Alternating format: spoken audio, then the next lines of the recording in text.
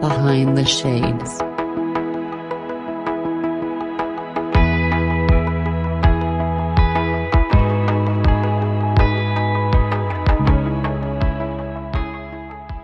Music, we've all heard songs that we have no idea what the words are. They're probably in a different language, you don't understand, but it touches us in a way that, hey, I needed that today.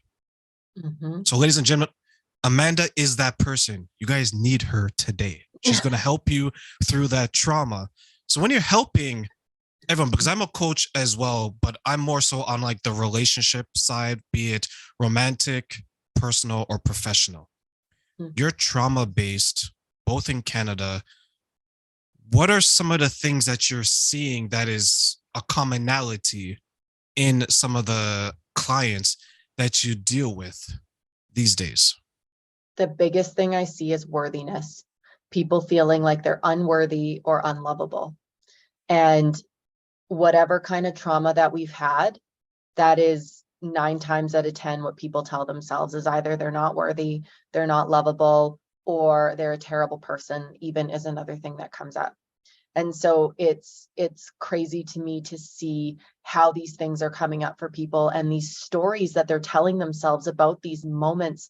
And my situation was very different because it was internal. There was a man involved, but I went through that journey on my own. When I am talking to people who have been through abuse or who have been through something that involved other people doing something to them, it's what people really need to understand is that the actions of others rarely have anything to do with us.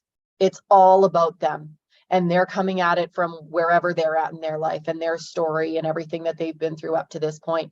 But somebody who is an abuser, for example, it says nothing about the person being abused. They're not abusing you because, you're not good enough or you're not worthy. They're abusing you because of their own demons. And being able to shift that story for people, or even, talking to people who have been in relationships that are unfaithful and thinking that it's got something to do with them and they're not good enough. It's like, no, it's got nothing to do with you. It's got everything to do with what that person is going through and how they feel about themselves. Because happy, fulfilled people don't hurt other people.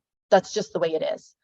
But I mean, on the other hand, happy, fulfilled people don't put up with that kind of stuff from other people either. So it's a journey that is highlighting the areas that we need to grow for both people, and it's working for both people if they'll allow it. And so I think not even just in trauma, just in general, just, we all go through hard times. We all go through things that are difficult for us. It's remembering that it's not always about us. And most of the time it's not. And being able to move through that and understand and not allow that to affect our worth, our purpose, and what we can bring to the world.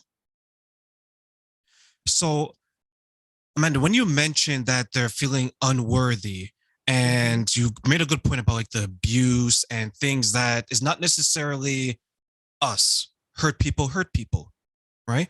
What are some of the ways that you help them to identify that you are worthy, but you're not worthy of this abuse, physical, emotional, verbal, and so on.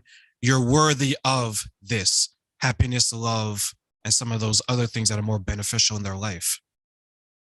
So one of the things that I like to do with people, first of all, is I like to have them reflect and go back on where are the moments where you felt happy? Where have you felt joy? Where have you felt your most authentic self? And the unfortunate thing is that people that find themselves in situations where they're, in relationships they're not happy with, and I'm sure you see this too, a lot of it honestly goes back to childhood and what happened to them when they were kids. And so these people have been living this story, or they've been living in this situation where they had either emotionally unavailable parents, physically unavailable parents, or parents who made them feel like they weren't enough. And so honestly, some of it is just deep guided meditations. And one of my favorite is taking people back to their childhood, to those moments of pain where now as an adult, they're going back there and they're loving that child. And they're, in their meditation, they're giving everything to that child self of theirs that they didn't get, that they felt they needed. Another tool that I really love to use is having that baby or that child photo of themselves. And every time they want to say something negative, or every time they're thinking something badly about themselves, say it to that photo. I dare you. Most people wouldn't be able to. You know what I mean? And so I think it's really going back to that part of themselves. And because I deal with people on such an individual basis, it's a little bit easier to work specifically with just the experiences that they have had and what they've been through, and how they can go back to those moments and walk them through what was happening so that they can see it wasn't their fault.